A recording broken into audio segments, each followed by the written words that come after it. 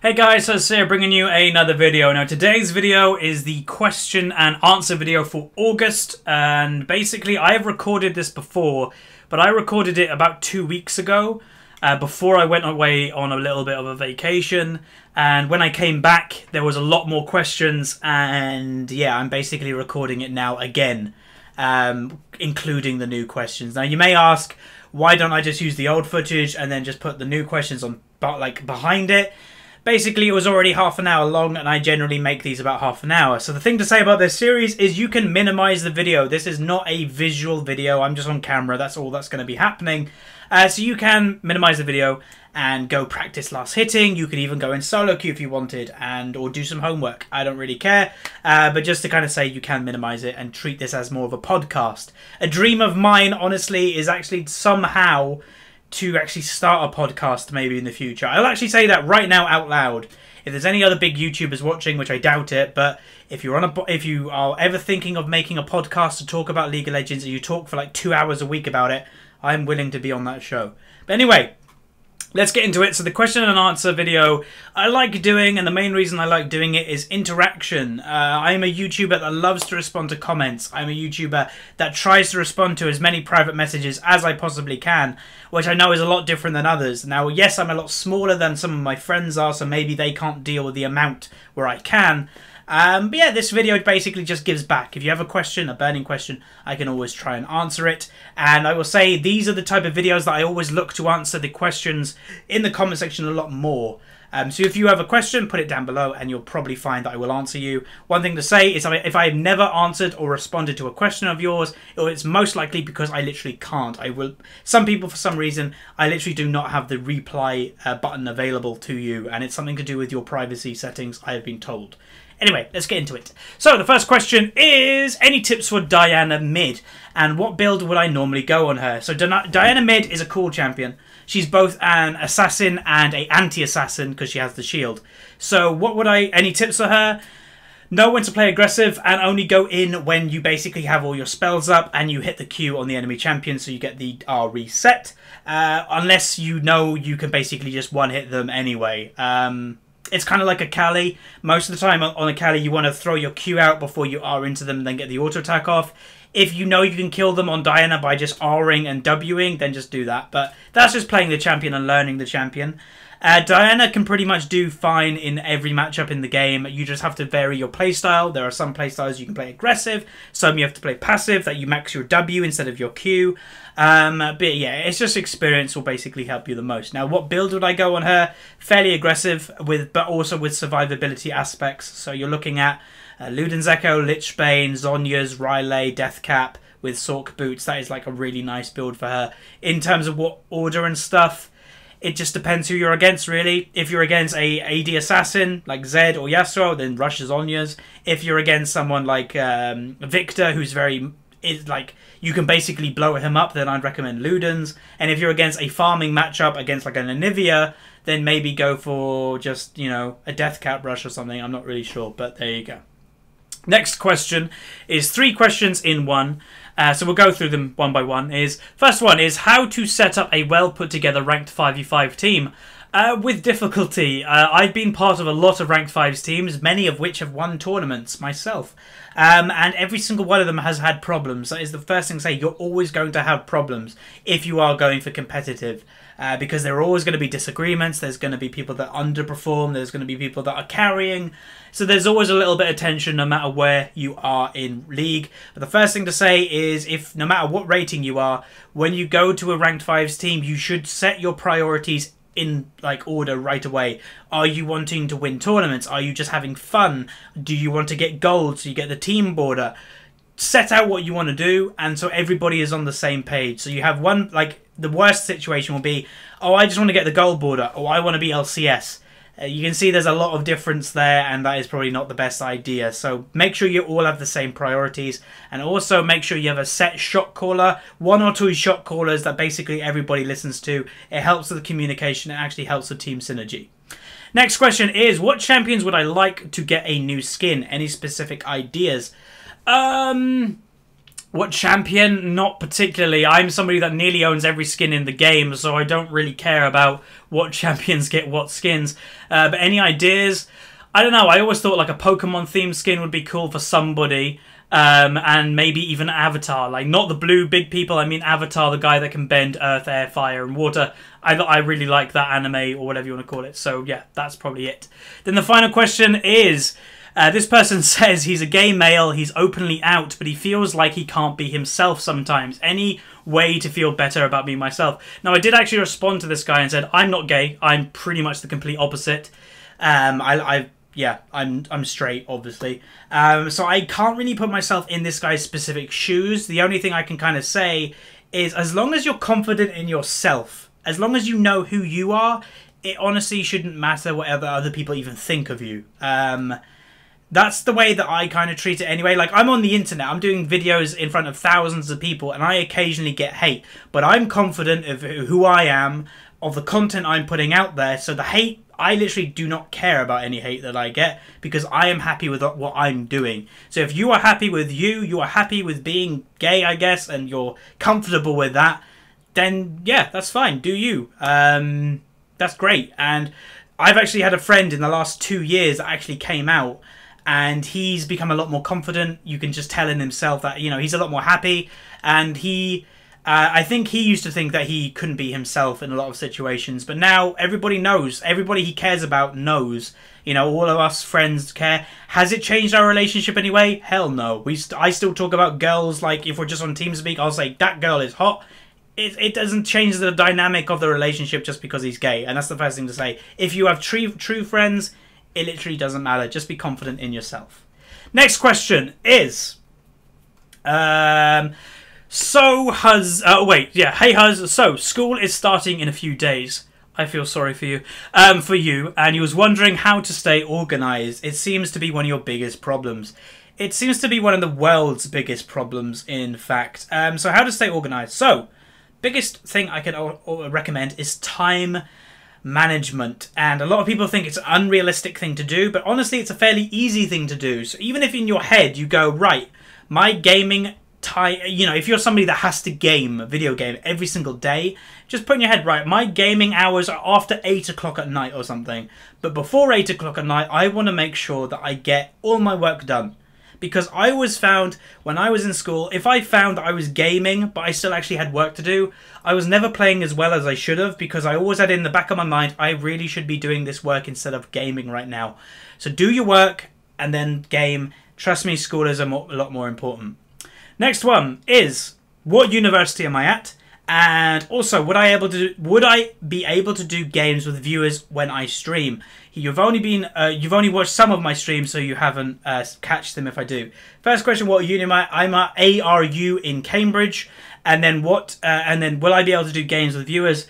I have done in the past, and I actually have an apology to say that I actually haven't in the past couple months really. I used to do a thing called Subscriber Saturday, but Saturdays recently have become a bit busy for me. You know, with the new fitness regime and other things going on in my life, as well as the LCS, that the games are now starting at 4 o'clock in the afternoon, and I usually started streaming about 1 o'clock, so it kind of really narrows how long I can stream on Saturdays.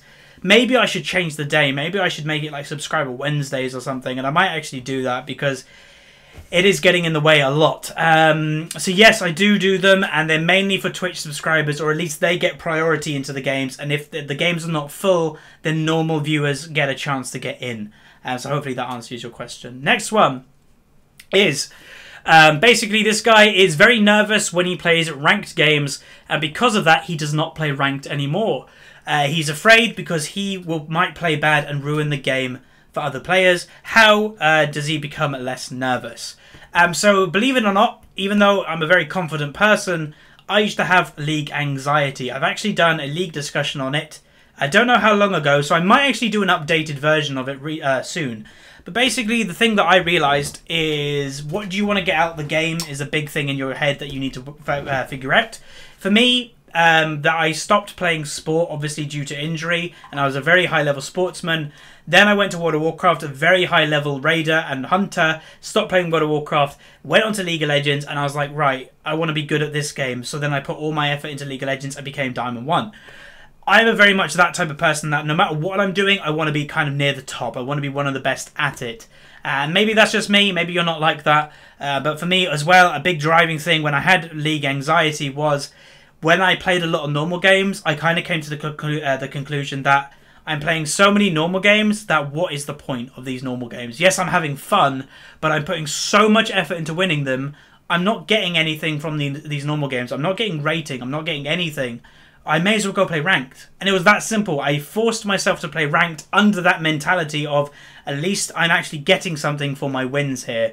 And yeah, within a couple of weeks, I didn't have league anxiety anymore. So hopefully that answers your question and helps you.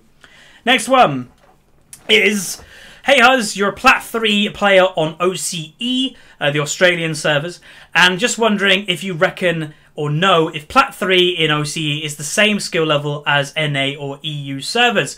I can't help feel that Plat is not that good for my region as there are way less players on OCE than NA. Thanks and keep up the great content. Thanks very much for that question. So yeah, this is a slightly controversial topic because a lot of people say, no, my region is really good, or they kind of are very defensive over their rank. But yes, there are server differences. And again, I'm not just saying this. This is judged on a very educational answer here because I've coached people from all over the world. I've coached people on the OCE servers, on EU Northeast, EU West, North America. I've coached everywhere, and there is a big difference. I've coached literally the same people in the same rank, but from different servers, and they are miles apart. So basically, I will say some people do blow it out of proportion, but what I would say, that was the chair, not me, if that did come up on the mic. What I'd say is basically the top servers in terms of SoloQ skill level are Asian servers, so the Chinese and the Korean servers. And when I say this, I do not mean bronze or silver. Bronze and silver of every single server are pretty much all the same. They're pretty much all the same kind of badish level. I'm talking about when you get platinum and above, where the game starts to become a little bit better. So that is where Korean and Chinese servers do overtake the other servers. Then EU West and North America are kind of behind that. Very closely followed by EU Northeast. EU Northeast is very similar to EU West and North America, but just a little bit behind, mainly due to EU Northeast not actually having a professional scene or a big one. That all the big European players play on EU West, so it's very hard to kind of gauge the skill level when none of the LCS players play on EU Northeast. So EU Northeast is just below, and then yes, you have OCE, Turkey, Russia that are kind of at the bottom. And that is not any disrespect to them servers. That is basically them being a lot newer than the other servers, and the player base is not as big as the other servers, so there's no way that they can compete at the moment. Maybe in a few years they will be the same level once the players are more experienced, once the player base is bigger, but as of right now you are correct in saying that OCE Platinum 3 is probably not the same as the other servers. Next one is, do I think it would be more profitable for big Twitch streamers to move to YouTube streaming? Okay, so this is a good question, and it's kind of relevant considering that I recently did the YouTube stream. I did a test that I was like, most of my audience is on YouTube, so I'm going to do a YouTube stream and just test it out. From my conclusion, it's probably a no, or at least right now it's a no. The streaming platform on YouTube is worse than Twitch. They don't have things in place that you need to have things in place. They don't have the interaction that is needed. And it's just a bit messy, basically. Twitch is far superior. And, you know, I'm not going to go into details about contracts on Twitch because obviously I'm under my own contract. But I'll just say this. You get paid more on Twitch than you do on YouTube. But yeah, I'll basically say that. If you are a Twitch streamer that gets over 1,000 viewers every single time you stream, you're making pretty damn good money, put it that way. So there you go. And obviously the full-time streamers on Twitch, you know, PewDiePie, he's getting 20,000 viewers when he streams. That is probably more he'll make more on Twitch than he does on YouTube. Next question is, what is my real first name? And that's pretty much the question. So the first thing to say is you can find that out fairly easily. If you go on the Team Dignitas website, I'm on there.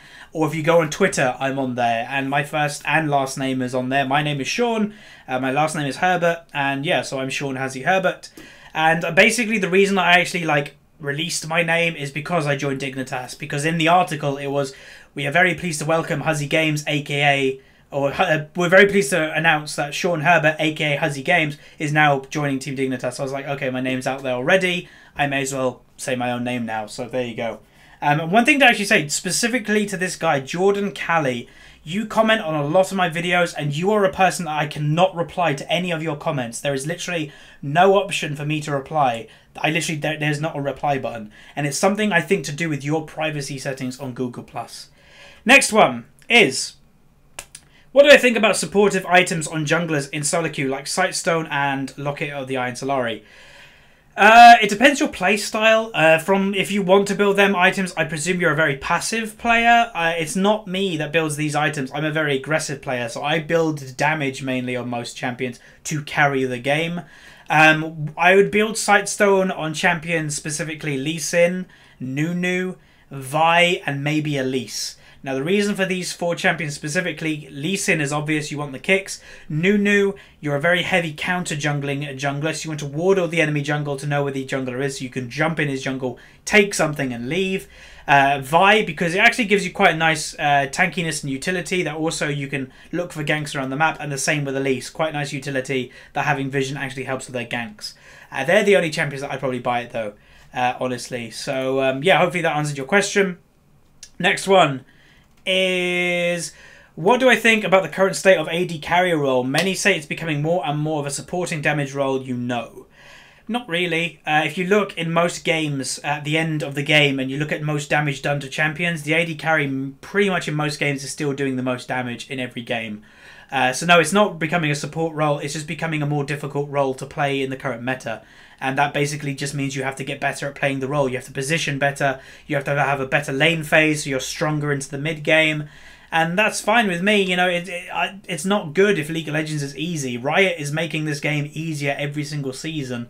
So I like it when they occasionally make it harder in certain aspects. So no, it's not becoming a worse role at all. It's becoming a better role in my opinion. Next one is, what advice, or what general advice would I give to people who want to start posting League games like I do and maybe streaming also? You have to have a USP. If you don't know what that is a unique selling point, basically. You know, why will people watch your videos over someone else is the biggest question and the biggest answer that you can ever think about when you're starting a YouTube channel. Are you amazing at the game so you can offer game knowledge and teach people? Are you funny that you'll make people laugh? Are you musical so you can do sing and dancing and stuff? Or any of these reasons? Now, you've specifically said you want to start posting League games like I do. So what I'd say to you is that is mainly more of a teaching role. So are you good at the game? And nowadays, it is a lot harder to start a YouTube channel now than it ever has been, because so many people have YouTube channels. It's very hard to break through. You know, I'm at nearly 40,000 subscribers, which is a lot of people, but it's insanely hard to break through. You know, I actually haven't got to like the broken through point yet. Well, I kind of have, but if you know what I mean. So what I offer, let's just go through what I offer. I offer great game knowledge. I offer the mentality of someone that isn't toxic, that doesn't flame people. I offer the diamond knowledge for the past 3 years. I offer that I've watched the LCS for many years, so I know how the game works. I'm part of a professional organization, so I have insight into the game more than other people do. That's what I offer. And obviously, I'm very... sounds big-headed, but I know I'm quite good at talking. I always have been. I've been on a debate team. I love speaking in public. So I have that, where a lot of people aren't great at speaking aloud. They're not very clear in speaking to a microphone. They're not great at playing the game. So you have to work out what is actually good for you and if it's actually worth doing. Will people actually watch it? And right now, in rating-wise, if you want to teach people the game, how to play the game, especially doing commentaries, I'd say you would minimum have to be Diamond. When I started, I was Platinum. Back in Season 3, Platinum was okay in rating because obviously less people played the game. Nowadays, so many people are doing YouTube, so many people are streaming. Diamond is kind of the minimum if you want to teach people. It's also the fact if you're bronze, silver, gold, honestly, most of your advice probably won't even be good. That sounds elitist, but it kind of is. So hopefully that answers your question. Next one is currently in bronze 5 and struggling a bit. I'd imagine. It seems the way the games go is completely one-sided by 15 minutes. Yeah, that's pretty normal for bronze 5. I've seen almost all of my unranked diamond videos, and you're still stuck. Okay, one thing. it's one thing watching my videos, it's another thing actually watching them and learning from my videos. You actually have to take what I say and actually apply it to your own game. It's, you know, it's like watching a documentary. You're just watching it and you're not taking in any of the facts. There's no point watching it if you're not taking in the facts. Your farm is usually double the CS of the enemy top laner because they try to trade and miss CS. You even achieve this on champs such as Vayne versus Severe, where the lane should be in favour of the opponent. Okay, let's break that down again. In Bronze 5, matchups literally don't matter at all. Because people play the champion in a completely random way or in the wrong way. So yeah, literally counters in Bronze 5 don't exist. If you play a champion good, you can beat everything in the game in Bronze 5. Next part is... Where was he? Your question is, how do I carry these games? You main top, so split push or team fight. You play Tryndamere, Jarvan, Mundo and Thresh as your best 4 champions. Ugh, that champion pool I don't like. So first thing I'll say, split push versus team fight. I will say team fight every single day of the week. Because, especially the lower rating you go, you might be doing great in split pushing, but people don't know how to react to split pushing in low rating. They'll probably just fight anyway. So it's a lot better if you get fed in your lane, be involved in team fights, and carry the team fights where your team will most likely be fighting. Split pushing never... Well, it does work, but in my opinion, it's not a great way to climb. Then your champion pool, Tryndamere, Jarvan, Mundo and Thresh. I don't like that champion pool at all. So hopefully you're not playing Thresh top lane. Hopefully that's support, because Thresh is not a top laner. Then Tryndamere, I'm not a fan of Tryndamere. Tryndamere has many weaknesses and he is a split push champion. So again, I'm not a fan of split push champions. Jarvan, he's okay at top lane. You know, Gamsu from Dignitas has played him top lane. But again, there are just better champions in top lane, especially for SoloQ. My opinion, Gnar is just a better version of Jarvan in SoloQ. You can have a strong lane phase, you can win your lane. And then in team fights, you have amazing pressure with your ultimate. And then finally, Mundo. I've carried games on Mundo, but he's not easy to carry games with because he's just a pure tank with no CC. Apart from a slow. So I'd say your champion pool isn't great for like carrying games. You want to be playing champions like Aurelia, Gnar, Jax. These type of champions carry the games basically by themselves. As long as you're playing well, you win your lane and you team fight. Hopefully that answers your question. Next one is... Hello, you're from the LAS server. What's that? Latin America South, I think. You're Silver 1 and you main top lane. Your problem, and you have more than one question, that's fine, is that you don't know if it's good to spam ranked or not, because some say it is good and others say it's not. Do I recommend spamming ranked, and how do I manage the frustration after a loss where you played well? Okay, so do I recommend spamming ranked? Yes, when you're ready to play ranked. And when I say that, you're ready to play ranked, in my opinion, when you at least can play every single role in the game and you have a rune page that covers the basics. So you can play at least 2 champions in every role. You're not going to be complaining about other people taking your role. One thing to say about the whole prospect about, oh, he took my role. It's not your role. You do not own mid lane, for example. That guy might main mid lane, and yes, he might have a bad game, but that doesn't give you any right to be frustrated at him. It's not specifically your role. Sorry, that was a slight tangent. But anyway, so yes, I do recommend spamming ranked. Ranked is where you will improve the most out of anywhere in this game, because that is where people will try hard. That is where people will actually want to win more than normal games. This is where people will not, hopefully, experiment with new champions. They won't experiment with new builds. They'll hopefully pick a champion they know and play that champion to the best of their ability, and you should do the same, which will help you climb more. So yes, I do recommend it, and when you're confident with it, you should climb a lot. Your second question is, how do you manage the frustration after a loss where you play well? It's League of Legends, dude. It happens all the time, and you have to accept that.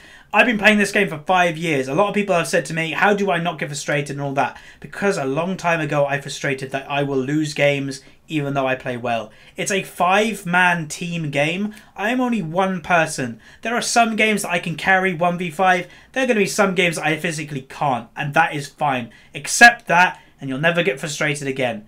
That's pretty much it. There's no point getting frustrated when it's out of your hands. I always say that to people around me, family members and friends, is like, why are you getting angry over something that you literally have no control in? There is literally no point to get angry about this thing. And then they kind of calm down and realise that I'm correct.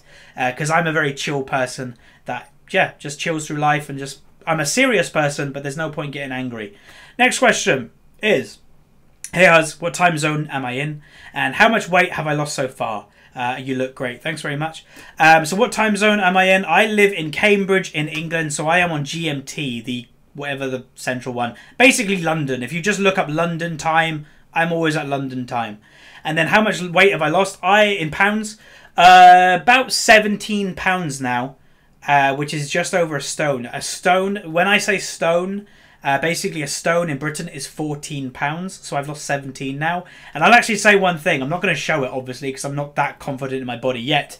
But I'm getting to the stage now, you know, I've lost a lot of weight here. My face has become a lot slimmer. But I've lost a lot of my stomach that is actually becoming a lot more flat. And, you know, I poke my stomach, there's still fat there, but I'm losing a lot more. And I actually have now, believe it or not, a line, like a muscle line going down the middle of my stomach. The six-pack is returning, guys. It's going to be there soon. So, yeah, that's how much I've lost. Thanks for the interest, to be honest. It's always nice to see people are interested in my weight adventure. We'll say, if you are interested in the weight adventure, go on the IRL channel. Some people don't even know that channel exists. Huzzy IRL in real life. I upload nearly every single week on there an update about my weight. I didn't do it last week because I was busy and it was my dad's birthday. But this Saturday I will upload, or tomorrow I will upload another episode of the weight adventure that will be giving an update that I basically just spoiled right now. Anyway, let's keep going. Will I upload diamond games from my main account? Yes, and I did do that. That was a week-old question, so I did do the 3-hour live stream, which I am tempted to do every month or every 2 weeks. That it might just be I stream it and then upload it to YouTube, and there will be your diamond content for the month. Because majority of people want to see Unranked to Diamond, which is great, but I do want to do diamond content as well. Next question is... and I'm, by the way, if my forehead is really shiny, it's because I am boiling in this room. I've got the green screen up, which is covering the window, so I'm not getting any air in. I normally have my fan on and my door is closed. My fan's off. So I am boiling and I'm sweating. And after recording this, I'm actually going to go exercise. So, next question is... your advice is that we play champs that you enjoy, even if they're not meta. How far up the ladder would I say Zed can be played? And is he really so off the meta as people say, considering the incoming buff to his ultimate? So again, this is a week-old question. Since this question, the buff has come through. It is now live. So I always say play whatever, no matter, you know, the meta. I say this to a certain extent. I don't mean you can play Teemo AD carry and go up. Like I say, if you want to play Teemo where he's strongest, which is top lane. I will say that. So play a champion you enjoy, but play a champion where it is strongest. Every single champion in the game, the 140 odd champions in the game, are viable in solo queue. That is one thing to say. Every single champion is viable. If you're good at that champion and you play that champion well in the correct role. So that is one thing to say. So is Zed viable, and how far up the ladder can you go? He is viable, and you can get challenged with him easily if you're good at him. Pretty much that's the answer, always going to be the answer to that question. And as for the Zed buff, it's gone now down to 0.5. We'll see, that might bring Zed back, which I hope, because I love Zed, and Project Zed skin looks amazing. Next question is... my throat is dying right now, but anyway, we will persevere. We're going to go for another 5 odd minutes, I think, or maybe a couple more minutes. First of all, I love the channel, thank you. Your videos provide a level of intellectual... my throat is really dry. Intellectual input that allows your viewers to learn from what is transpiring in your gameplay, rather than promoting your dominance by uploading videos you steamroll in. Yes. But the question I have is in regard to yourself. Cool. You've been level 30 for 6 months. You've been told by many that you should wait to try ranked so that you are not straight put into bronze. First thing to say, in your first season, if you're put into bronze, that's completely fine. I expect most people in their first season to be in bronze. Anyway, yet, whenever you play normal games, you get countless DCs, trolls, and people who just downloaded the game. I doubt that, but we'll go on that in a minute. What would you recommend you do? You're stuck between not having confidence for ranked and not having the patience for poor and unreliable matchmaking. Thanks again, ordering my t-shirt tonight. If you ordered a t-shirt, dude, thanks very much. I think we sold about 20 shirts, give or take, around that number, or 15, I don't know. But thank you everybody, firstly, that ordered a shirt. Make sure you tweet at me when you get it, a picture of you wearing it, or even if it's just on your bed, I don't really care. But yeah, thank you. As your question, So confidence in ranked, a lot of the time it's just taking the plunge. If you have a champion or 2 champions in every single role, your room pages are fine. I'd say go into ranked, and it doesn't matter what rating you get. Don't care about what rating you get. Just care about building your confidence while you're playing in ranked. And then eventually, if you're good, you'll go up in rating. It doesn't matter. But as for normal games, yes, I agree. Normal games are not the best place to learn. Yeah, people will DC or leave the game or troll because normal games mean nothing. There's no rating involved, so people will go have dinner in the middle of a game. They'll go to the bathroom when it's not a good idea because it's a normal game. And as for trolling, people don't really care about normal games, so they'll try stuff that is just completely bizarre. You know, I've played AP Blitzcrank mid in normal games just for fun, where I would never do that in ranked. But then as for your point about people that just downloaded the game, I doubt that, dude, because you're level 30. There is no way a level 1 or 2, whatever, is playing with level 30s unless they're dual queue. So, yeah. But yeah, I'd recommend jump into ranked and just have fun. Don't care about your rating, care about improving. So hopefully that answered your question. So we're going to answer 2 more questions, and that will be that for this episode of the I was going to say Unranked to Diamond. This is the question and answer. Is how did I make your awesome ass logo and YouTube stuff? I didn't. I paid people to do it. And that's pretty much my answer to most things in life, to be honest. But I went to creativegrenade.com. I'll link them in the description below. They're fairly expensive. I'll say the price. It cost me $200 to get the logo and the banners for the YouTube, Twitter and Facebook. So it's fairly expensive, but I wanted to get professionals to do it, and they're pretty much the best ones that I know of. I'm actually going to be getting a new animation intro made for the channel. You know, at the moment I got the Team Dignitas black thing that swings the sword. I'm going to get my own one made that might have Team Dignitas implemented in it somewhere. And yeah, that'll be coming maybe in a couple months because animation takes a lot longer than just artwork. Final question is...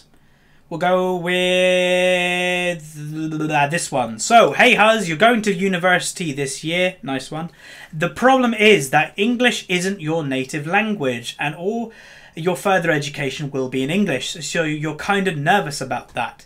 Even though your friends say that you'll get used to it pretty fast, can I give some advice how to cope with your fear and your challenger, by the way, so you also worry about your rating. So firstly, I'll say yes, your rating will most likely suffer. It suffered with me. I was Diamond 1, then I went to Diamond 2, now I'm Diamond 4 because I'm focusing on university. Just prioritize university over League of Legends. I think you'll do that anyway. It's a lot more important. And then as for English level, well, by your paragraph here, your English seems to be perfect. So if you speak anything like that you just wrote, you should be completely fine. And I don't know where you're going to university because I know Britain obviously does English degrees. America, I know places in even Europe do English degrees that they speak in English, not their native language. So I'd probably just say just integrate yourself with a bunch of friends and stuff like that. And as long, you know, find people that play League. You're in university, there will be people that play League of Legends most likely. And yeah, you'll be fine. You know, it's university. Everybody is nervous going into university, whether it's your native language or not. But once you figure out that, hey, I'm doing university and I'm doing great, you'll be completely fine. And university is fun. Make the most out of it. And make sure you do try really hard. Because there's a big thing in my head that there's basically a Venn diagram. You know, I think it's a Venn diagram that is the 3 different circles. So they're all looping each other. So one circle is doing really well, one circle is partying, and one circle is sleep.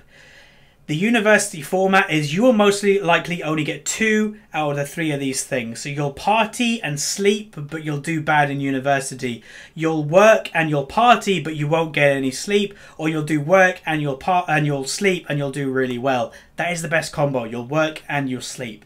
Partying is great and it's fun, but it's not going to, in the end of the day, help you in your future life, I suppose. You can always do that later. When you have money from having a job, is my opinion on the matter anyway. But anyway, that is the question and answer for August. We went quite long, 30 odd minutes. So hopefully you guys enjoyed. I am sweating like a banshee, but I'm going to go exercise now and then have a shower. So hopefully you guys enjoyed this video. Like it if you like it, subscribe if you haven't, and in the comment section below, put any questions that you may have, and I will try and do my best to answer as many as possible. And then finally, share with a friend if you've got any friends. See ya.